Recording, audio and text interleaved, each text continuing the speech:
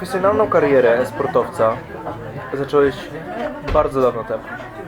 Jesteś jednym z bardziej doświadczonych polskich graczy, ale też miałeś dość zwariowaną karierę. A na przestrzeni czasu, który okres wspominasz najlepiej? Pod jakim względem? Czy mojego zadowolenia z życia, czy mojej kariery? Tak, kariery. Myślę, że kariery, ale też w związku z życiem. Kiedy czułeś się najlepiej? Grając, w którym momencie czułeś się najlepiej z tym, jak wygląda twoje życie? Ciężko stwierdzić, ponieważ w wielu momentach każda sytuacja miała swoje plusy i minusy.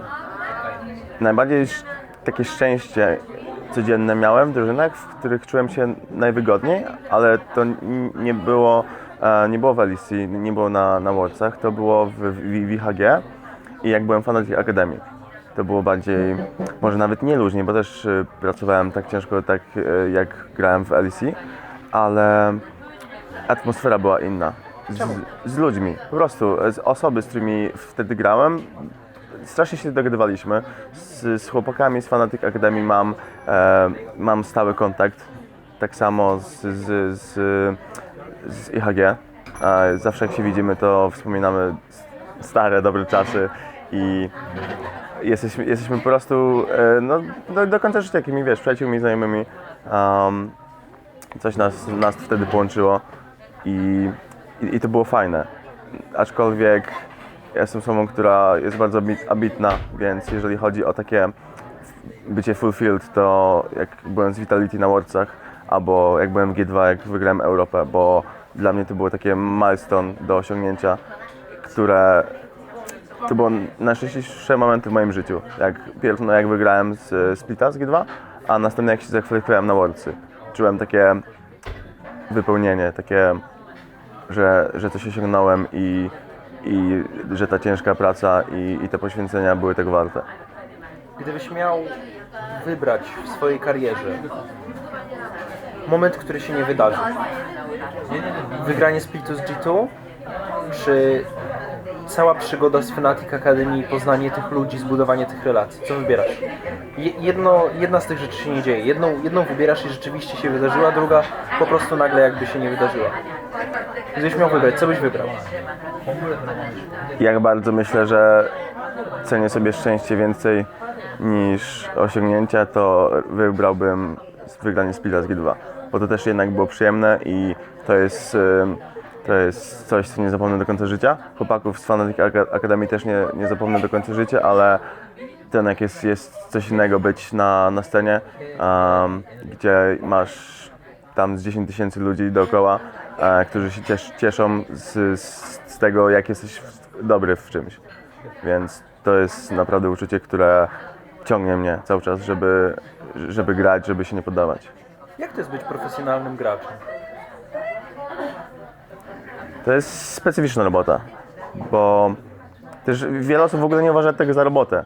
Spotykam się z opiniami, ze znajomymi, którzy mówią, no siedzisz cały dzień przed komputerem, to jest strasznie łatwe. I ogólnie taka opinia jest przekłamana strasznie, bo to jest jednak męczące. To nie jest fizyczna praca, broń Boże, i jednak muszę się skupiać na tym, żeby poza to wybiegać i jednak być aktywny fizycznie, żeby to też miało porządny wpływ na to, ile godzin mogę grać w trakcie dnia.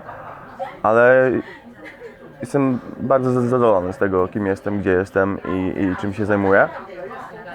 Jestem osobą, która lubi wychodzić z domu, a cały czas praktycznie siedzę przed komputerem po paręnaście godzin dziennie i trenuję. Ale jestem już do tego przyzwyczajony. Wiem, kiedy jest czas na pracę, wiem, kiedy jest czas na wyluzowanie i poznałem strasznie wiele osób przez to. Miałem dużo emocji, dorobiłem się tego, co się dorobiłem i jest to coś pięknego. To jest trudna praca, sam powiedziałeś. Czy zamieniłbyś ją? Czy poszedłbyś na łatwiznę, czy zmieniłbyś coś w swoich życiowych wyborach dotyczących kariery profesjonalnego zawodnika, bo było trudno, bo coś się nie udało? Czy poszedłbyś gdzieś na skróty, może w ogóle nie zostawałbyś prograczem, gdybyś wiedział, z czym to się wiąże? Jak na to patrzysz? Jak patrzysz na te wszystkie lata twojej profesjonalnej gry? To jest moja pasja, więc nie zamieniłbym tego na nic innego. jeżeli życie by się potoczyło inaczej, to ja jestem taką osobą, która sobie nie odpuszcza. Jak sobie coś postanowię, to daję 110% czymś. Dlatego też nie chcę robić dużo rzeczy naraz, bo wiem, że jak zacznę coś robić, nawet nie wiem, powiedzmy głupia gra na gitarze, jakbym chciał sobie tam brzdękać powoli, no to nie mogę się do tego przekonać, bo jak będę to robił, ja się po prostu denerwuję na siebie, jeżeli w czymś nie jestem dobry. Więc przez taką rywalizację, nawet nie z kimś, ale z samym sobą, wiem, że cokolwiek bym robił, to bym się starał tyle, ile mogę. I nie żałujesz dlatego? Nie żałujesz, że nie możesz uczyć się brzdąkać na gitarze, że nie możesz robić wielu rzeczy, które może w innych okolicznościach mógłbyś robić i realizować w pełni potencjał? Nie żałujesz tego, że ze względu na karierę gracza Szczerze to mamy jedno życie, tak? I no, nie jestem w stanie sobie wyobrazić, jak moje życie by wyglądało, jakbym robił coś innego. Wydaje mi się, że jakbym się wrócił, jakby parę lat, te 9 lat od kiedy gram się nie stało i bym miał inną ścieżkę i bym był szczęśliwy, no to wiesz, byśmy w innej rzeczywistości mieli taką samą rozmowę i czy nie żałujesz, czy jesteś tego? Ja bym powiedział nie, ja jestem osobą, która nie żałuje niczego, co się stało wcześniej. Uczę się z błędów i swoich i też z wiedzy innych, którzy przeszli przez życie, ale nie żałuję niczego i po prostu staram się tak żyć, żebym niczego nie żałował. Miałeś szaloną karierę. Zmieniałeś pozycję, kiedy dostawałeś się na europejskie salony po raz pierwszy, stałeś się absolutnie ikonicznym junglerem, bo Twisted Fate, bo Udyr Flash Perslap, wkrótce potem Top Lane, G2, zaraz potem inne epizody w twojej karierze nie aż tak bardzo szczęśliwe, jeżeli chodzi o drużyny, powrót na polską scenę, z niej z powrotem rakieta na Mistrzostwa Świata. Jak to było przeżyć taki rollercoaster? Bo wbrew pozorom niewielu graczy może się pochwalić tak sinusoidalną karierą, jaką ty masz. Bo tak naprawdę co chwila robiłeś coś zupełnie innego. Raz byłeś na szczycie, chwilę później gryzłeś glebę tylko po to, żeby znaleźć się jeszcze wyżej. Jak to odbierasz? Jak patrzysz na przeszłość w związku z tym, jak wyglądała twoja kariera? Zaczynając od tego, że moja kariera nie reprezentuje dobrze tego, jaką jestem osobą, bo opinii o mnie jest wiele sprzecznych. Mam osoby, które mnie bronią, mówią, że po prostu były takie sytuacje, że mnie wywalili skądś, a niektórzy mówią, że nie wiem, że poleciałem na hajs, a niektórzy w ogóle mówią, o Boże, był już w tylu drużynach, że zmienia je jak rękawiczki i tak naprawdę ciężko się to czyta, bo ja wiem, jaką jestem osobą i no ja wiem, jak to się stało. No, niestety nie mogę powiedzieć wielu informacji, co było, ale powiem tak, no, w momencie, w którym te wszystkie sytuacje się działy, no ciężko mi było postąpić inaczej, też nie wszystko zależało ode mnie. Na początku zwracałem uwagę właśnie, powiedzmy, że mogłem być niedojrzały pod względem emocjonalnym. Już nie chodzi o decyzyjność czy coś, ale pod względem emocjonalnym, że nie potrafiłem sobie poradzić z daną sytuacją, w której się znalazłem. Nie, że nie wiem, bo broń Boże agresją czy cośkolwiek, ale po prostu samopoczuciem. Jak byłem w UL i po prostu nie czułem się tam komfortowo, bo wszystko zaczęło się sypać, ta cała otoczka, że byliśmy przyjaciółmi. Okej, no może niektórzy byli, ale ta atmosfera była dużo bardziej toksyczna niż ludzie sobie zdawali sprawę. I było wiele rzeczy, które mnie denerwowało, ludzie się kłócili, to były początki, więc nie każą mi się zachować, nie było żadnej struktury w tej organizacji i to po prostu się posypało. I no ja tam odszedłem 3 tygodnie przed playoffami, co nigdy się nie dzieje, tak? No ale w tamtym momencie musiałem jednak zadbać o swoje zdrowie mentalne i musiałem uciec z tego toksycznego miejsca, zdając sobie sprawę z konsekwencji. Następnie w G2 no to była taka sytuacja, że ja jestem graczem, który zawsze się przystosowuje do danej sytuacji. I jak grałem wtedy topa, to ja zmieniłem wtedy z dżungli na topa. I na początku byłem mierny, tak? Potrzebowałem jednak trochę czasu, żeby się nauczyć grać. Była meta, gdzie tam grałeś jakimś Gravesem, Jarvanem na topie pod full AD i po prostu na hejna uleciałeś. No ja przegrywałem każdą linię po prostu na tych postaciach na początku, więc mój dżungler nie chciał ze mną grać. Jak się już nauczyłem grać po miesiącu, 2, no to już było tak, że po prostu grałem cały czas tankami, bo już mieliśmy wypracowaną synergię w drużynie, jak gramy i mi to nie przeszkadzało, ale ta drużyna była niedojrzała też w takim sensie, że ludzie na Reddicie inaczej patrzą na to, jak gra wygląda. Nie patrzą na to, że ja tam wiesz, jestem 1v2 na topie przez większość czasu i co chwilę się typuję, pomagam swojej drużynie, bo wygrywaliśmy. Dla mnie wygrywanie było najważniejsze. Ale jak na Reddicie miałem dobre statystyki, ale było tak, że na przykład przegrywałem w CS-ie, grałem Malfightem na Jace'a i to ludzie zapamiętywali, że nie wiem, przegrywałem 40 w farmie, tak, w takim etapie. I to też jednak wbiło się do głowy po MSI mojej drużynie i stwierdzili, że wezmą sobie Koreańczyka, tak? I to też było coś w stylu, że wzięli go i tak jakby ja mam go nauczyć tego, w czym ja jestem dobry, a on będzie lepszy mechanicznie i on mnie później zastąpi. Więc też tak jakby wtedy postawiłem ultimatum swojej drużynie, bo czułem się, że to jest najlepsza decyzja w tym momencie. No i jednak zaryzykowali, wzięli Expecta. Wiele fanów z tym się nie zgadzało i też było dużo opinii, że ze mną byłoby lepiej, no ale to też nie miałem na to wpływu, tak? Czy żałuję tej decyzji? Wydaje mi się, że tak, bo wydaje mi się, że nie była ona dojrzała i patrząc na to, jakbym teraz się zachował, to po prostu, no okej, no dobra, jestem w takiej sytuacji, jestem w drużynie, która pojedzie na Worldsy, no po prostu graj i udowodnij. Jeżeli cię wymienią na lepszy model, który musisz sam nauczyć, no okej, no spoko, no to pójdziesz do innej drużyny, ale przynajmniej będziesz miał lepszą renomę. A później, no to wydaje mi się, że trochę się ciągnie to za mną. Ale to nie jest przypadek, że nie wiem, jestem na dole i nagle bierze mnie Vitality i jestem lepszym z junglerów w Europie.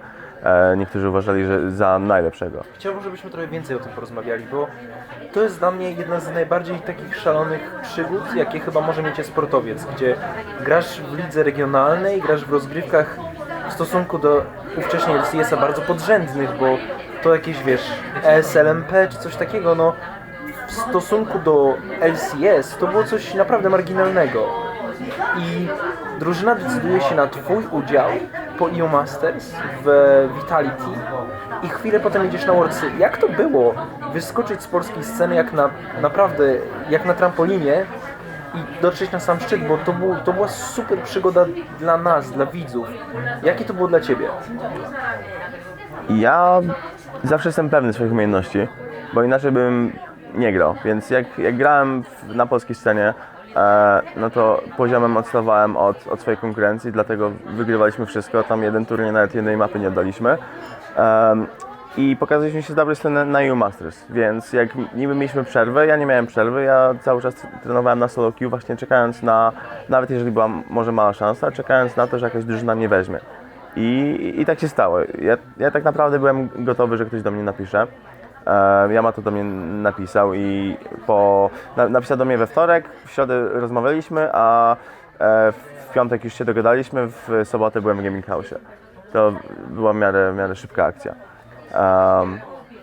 No i od razu się przystosowałem do tej sytuacji, no jakoś poszło, no powiem tak, jestem już doświadczonym graczem też, jak wszedłem do tego domu, przywitałem się ze wszystkimi, pierwszy scrim i od razu zacząłem robić to, co robię najlepiej, czyli prowadziłem cały early game, nie pytałem się nikogo o jakieś zdanie, czy nie okazywałem żadnej niepewności, po prostu powiedziałem, ty rób tu to, ty rób tamto, ty zworluj tutaj i to też, wiesz, spodobało się bardzo Yamato i całej drużynie, dlatego też tak szybko to poszło, że po tygodniu praktycznie Gilisa już tam nie było, bo on jednak miał tą niepewność, jakieś tam głupoty mówił i strasznie się z tym zdemotywował zamiast walczyć, ale ja rozumiem, w jakiej sytuacji się znajdował, bo też byłem w tej sytuacji wcześniej i to naprawdę nie jest łatwa sytuacja, bo inaczej jest jak od początku jest dwóch graczy i nie ma żadnych oczekiwań, a w momencie, gdy tak jakby czujesz się, że twoja drużyna już tobie nie ufa, to ciężko jest z tego wyjść i to naprawdę ta praca jest jednak męcząca mentalnie i też trzeba o to dbać. Co sądzisz o swojej karierze? Jak ty odbierasz swoją karierę? Bo tak jak mówię, myślę, że dla wielu osób myślę, że w ogóle odbiór Ciebie będzie tak dość bipolarny. Jedni będą uważali, że to jest coś niesamowitego, że miałeś te górki, dołki, a inni będą mówili, nie wiem, poszczęściło mu się albo że jesteś overhyped. Jakby opinie będą zawsze różne, ale jak Ty to odbierasz? Bo nie interesują mnie w tym momencie inni ludzie, interesuje mnie to Jak ty patrzysz na te 9 lat? Powiem Ci, że ja patrzę na teraźniejszość.